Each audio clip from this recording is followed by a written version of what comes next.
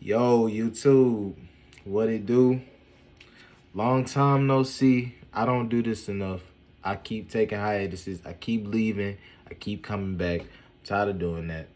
I'm gonna try to be as consistent as I can this year. See, I'm already messing up. I ain't did this in a minute. It's all right though. But what it do? It's your boy, Sora Life Story, back at it with the videos. Today, it's gonna be a little different. I'm gonna talk about some stuff. Talk about a little something. You probably already see it in my head. So I'm gonna get straight to the point.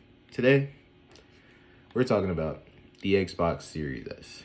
So, yeah, it's a second controller I got for it. You know, the Series S is white, so I got a white controller. But I bought this blue controller. I really like it. It's clean. You know what I'm saying? Uh, Basically, I want to talk about, like, man, you know, the Xbox, man, it surprised me.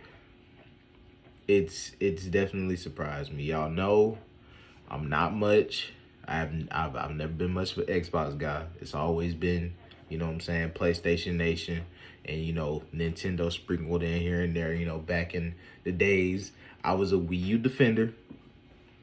Nowadays, I'm not saying, you know, I regret any of that, and none of that is none of that. But you know that I used to be on that Wii U train. I used to try to, you know, just talk about the Wii U because the Wii U used to get a lot of flack. And not saying it wasn't warranted. I'm not saying it wasn't warranted, but the Wii U, it got a lot of flack, man. And I used to be on that train. Nowadays, looking back in retrospect, the Wii U, it was a good console, but it was a Nintendo console. And if you just go off Nintendo's recent track record, just with everything, not even just gaming, just even when it comes to stuff like music, their music in their games, all that, or even just their intellectual property, Nintendo is very much so an old company set in its ways. They do what they do. I have a Nintendo Switch. I actually got a video coming up on that next. So y'all be prepared for that. I got y'all with that. But you know, life's been happening. You know what I'm saying? Life's been happening. I've been living life. But I want to do YouTube a lot more. It's been something continuous on my mind. Uh, and I'm tired of postponing it. You know what I'm saying?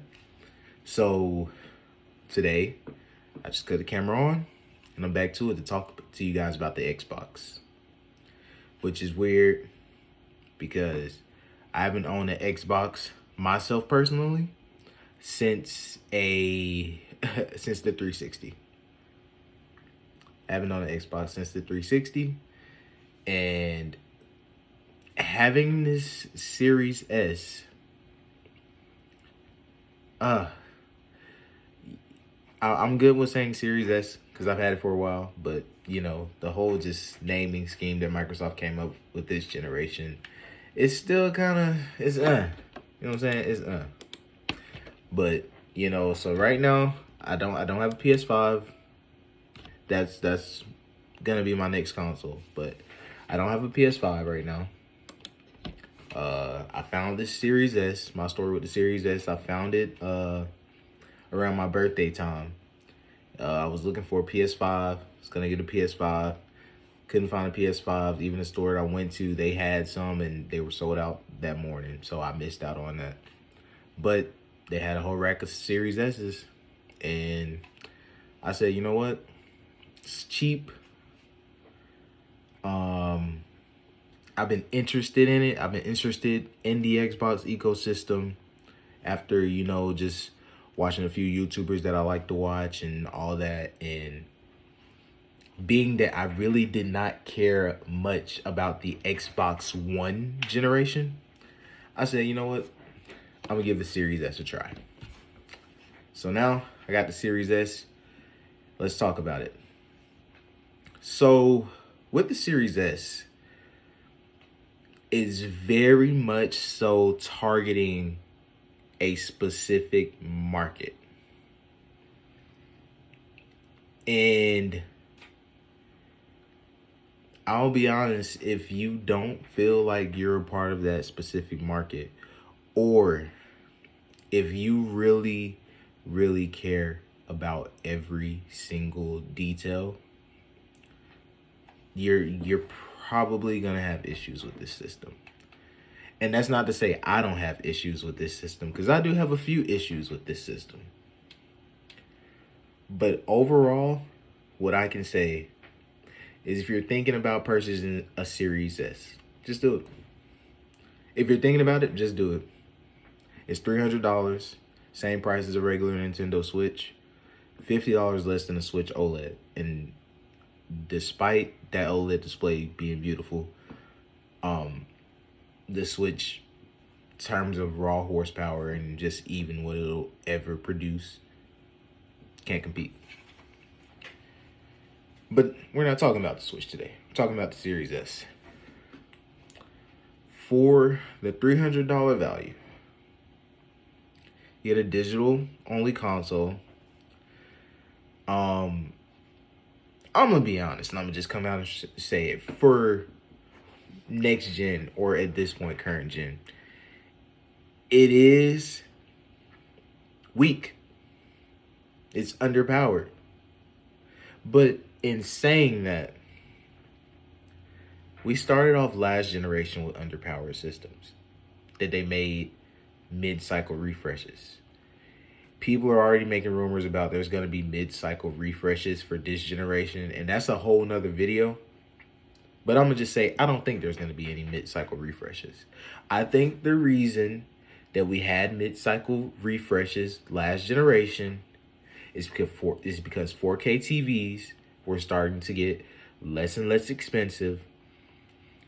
And as the PS4 and Xbox One generation went on, I think Sony and Microsoft kind of realized, we're going to be on those consoles for a little bit longer than they probably originally planned. And we were in the middle of the generation, and they were already starting to show their age right at the beginning. So, granted, for that generation, and even especially with exclusives, on Xbox One and on PS4, we did get mostly 1080p 30. But even at the beginning, we were having like sub 1080p some games and all that stuff. I personally never cared about that, because overall, for the raw fidelity, graphically, games have, exceeded past anything that the PS3 and 360 could ever do.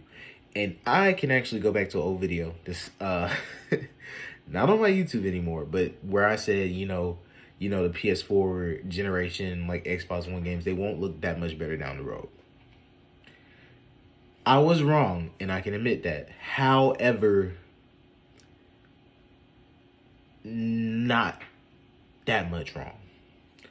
I was wrong in the fact of they did look better as we got later in the generation, but that was because, the hardware was easy to use.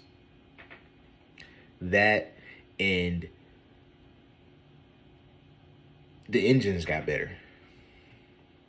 Say the engines didn't get better or anything like that, for the most part, it would have been a steady generation. But I'd say, honestly, they really didn't get that much better after 2015. Go back to 2015. Look at what came out. Or I'll say 2016, because I think Uncharted 4 came out 2016. I thought it came out 2015, but no, I forgot.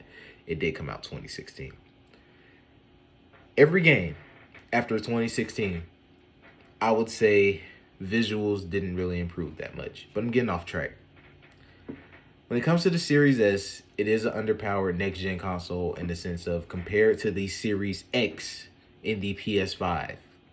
The PS5, it has 2 SKUs as well. One is just all digital, but overall, the PS5 SKUs, all the same power, all the same design. Microsoft's approach, what they went with, they decided to make a weaker console, digital only,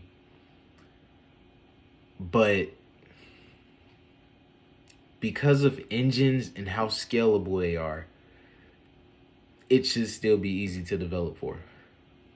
Now, for me personally, I think that the Series S, while underpowered, while having its own bottlenecks, which game developers have been used to since developing. And that's a whole nother topic in itself, just like talking about these AAA developers and how the lack of limitation has caused them to, be unrealistic with consoles, at least. And my thing is that now that these consoles are straight up PC architecture, it's a lot harder to understand why some things don't work. And I'm not a developer, so I don't understand that trouble. But what I really think it is just that the lack of limitation is causing developers to just think, oh, it's whatever. Consoles have always been, their own like proprietary pieces and all that. But once we got the PS4 and Xbox One, that's done. That's done. They got slightly custom chipsets just based off the fact that they are APUs. So the CPU and GPU, they're on the same board, they're on the same chip and all that stuff. Same SoC, silicone on the chip and all that stuff.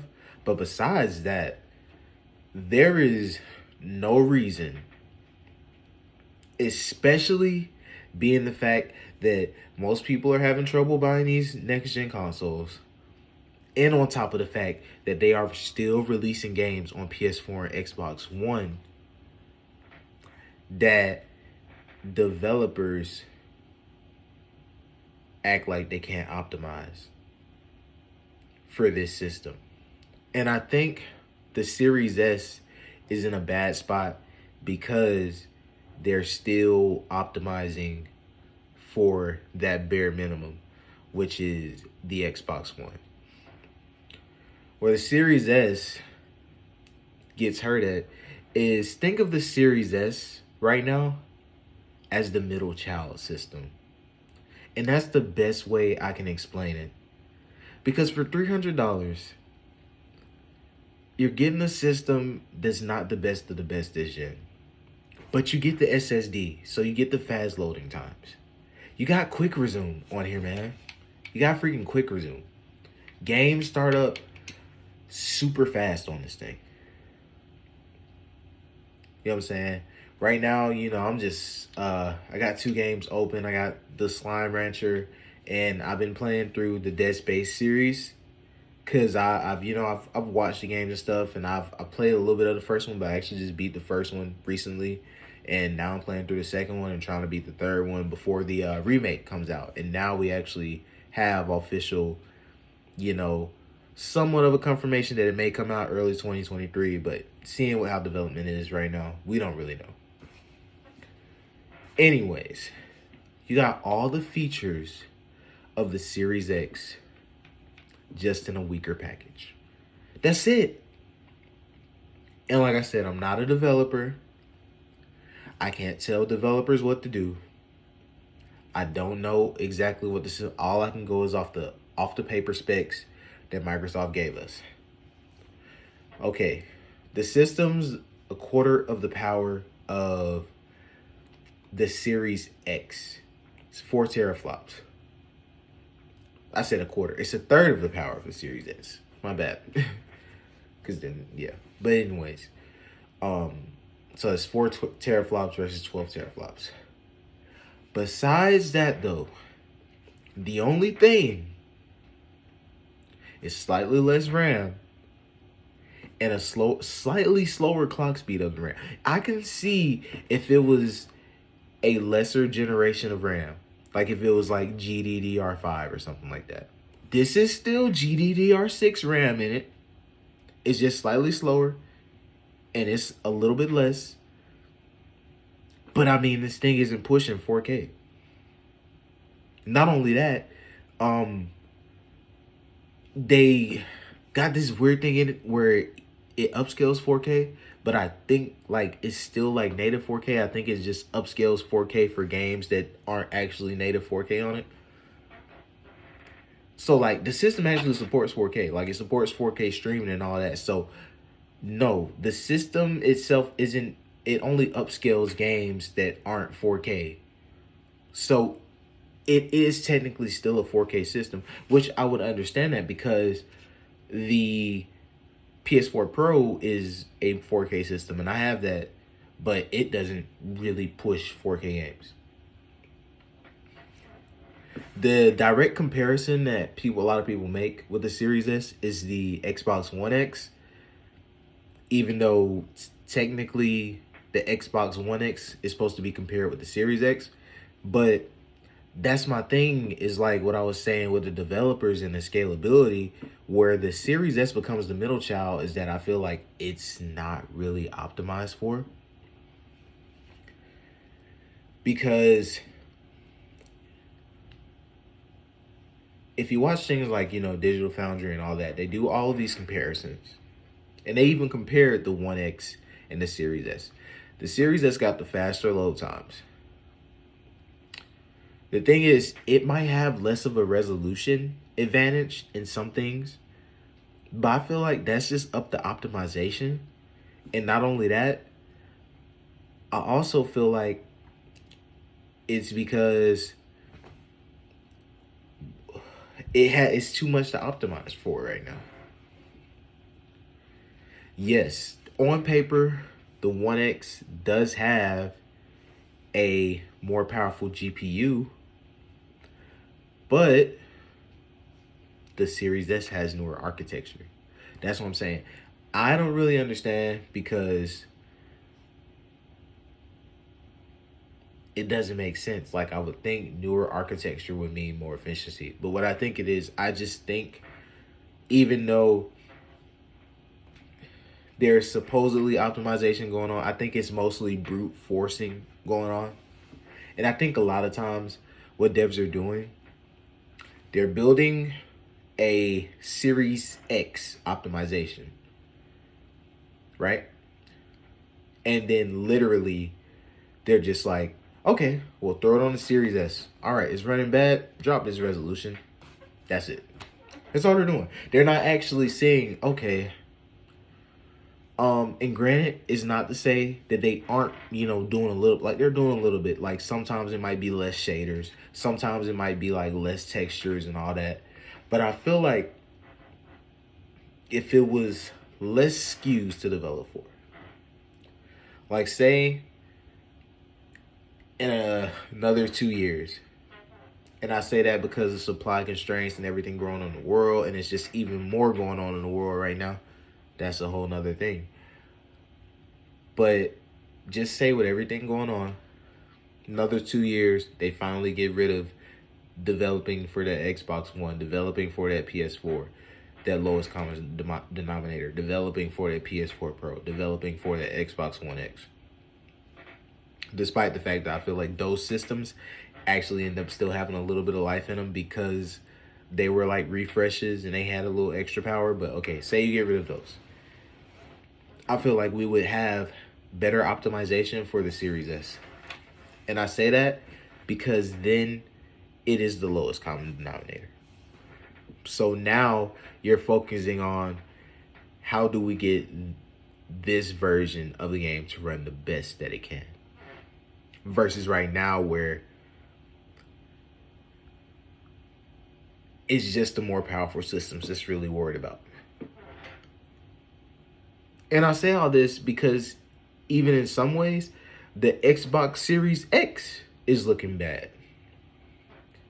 And it's supposed to be the most powerful, current gen system right now. But I'm making this video to talk about the S because I really like this system. And honestly, After saying all that stuff about it being underpowered and all that, the only thing, and you can watch plenty of other videos and they'll probably say the same thing. The only thing I probably hate about this system is that the storage space is bad. The storage space is not good. It comes with 512 gigabytes of storage, but you don't even get that. You get like 300 after you have like the OS takes a little bit and all that, and the system updates when you first boot it up and all that.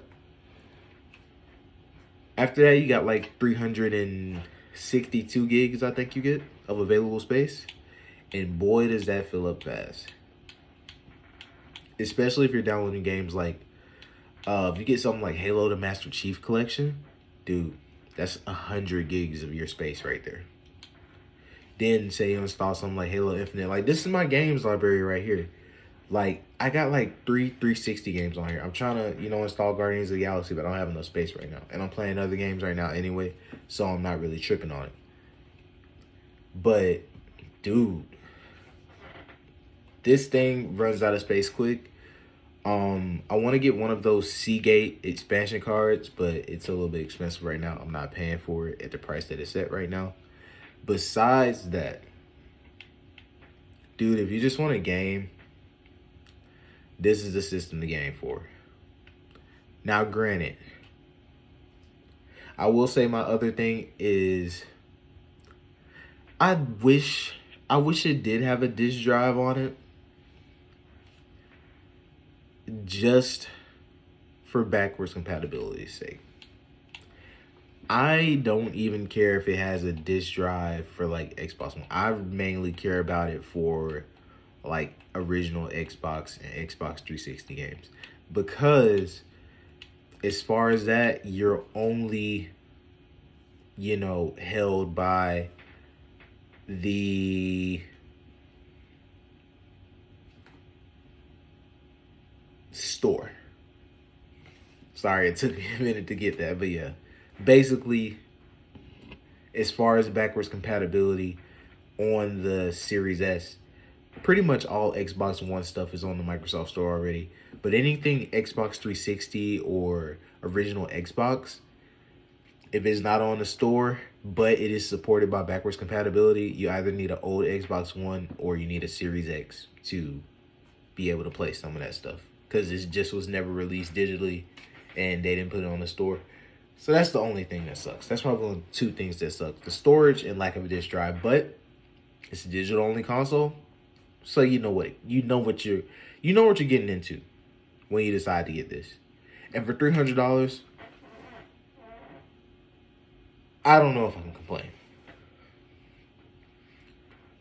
I feel like for the price of the device, for the strength and weaknesses of this console, $300 is a very good sweet spot. And if you just want a game, get yourself Game Pass Ultimate, $15 a month. You're going to get Xbox Live Gold. Games with Gold sucks, but you'll still get those games for free. And with those games, even if you stop paying for Game Pass Ultimate, even if you stop paying for games for Xbox Live Gold, you can still play whatever game they give you on there for free. Game Pass, though, I'd rather just pay for it, though, bro. There are so many games that come out on Game Pass. And that's really the biggest thing. Is like, this is a awesome Game Pass box. Just being able to download and play so many games. You can try stuff out. If you don't like it, you don't like it. It is what it is. But just being able to experience that. How can you complain? And it's kind of like sensory overload sometimes, but really, how can you complain? All that being said, this is a console, really. If you just want to play games, they're gonna look good are they gonna be the best? Are you gonna get the 4K 60 120, even shoot the what it was advertised as, the 1440p? You'll get the 1440p sometimes, maybe at 30 FPS, but honestly, dude, if you want a good 1080p 60 FPS solid on a console for cheap, not cheap, but $300 still a lot, especially right now. Y'all seen that them gas prices? But anyways,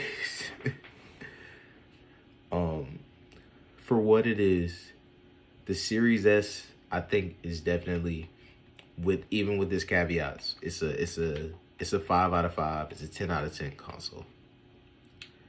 I like it. And being that PS5 is going to be my main next-gen console whenever I can get one, this is a really good complementary system. Honestly, even if I didn't get a PS5 for another year to 2 years out, this will be a good main system. Unless you're like me, you have like a PS4 Pro or, you know, something like that. Even still, it's a really good system.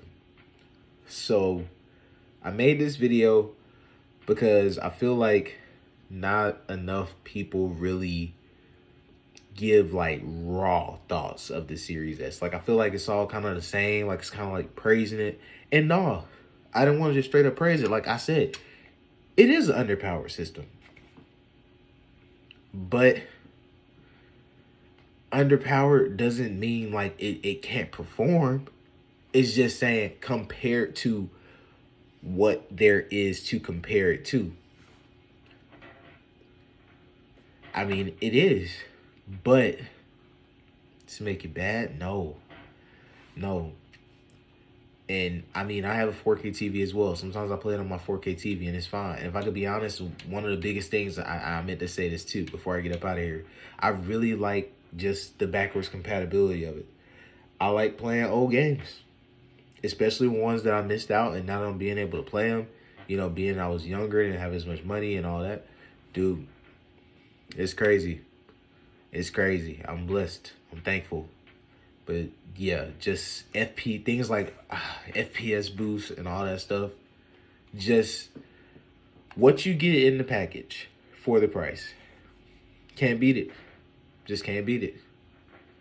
So hope you guys enjoyed this video. Hope you guys enjoyed my long rant, thoughts, impressions, review of the Series S. I hope to bring you guys more content with this system, talk about Xbox more. And yeah, so this is Sora Life Story. It's been a minute, but we back, we live, we're gonna get it together. Peace.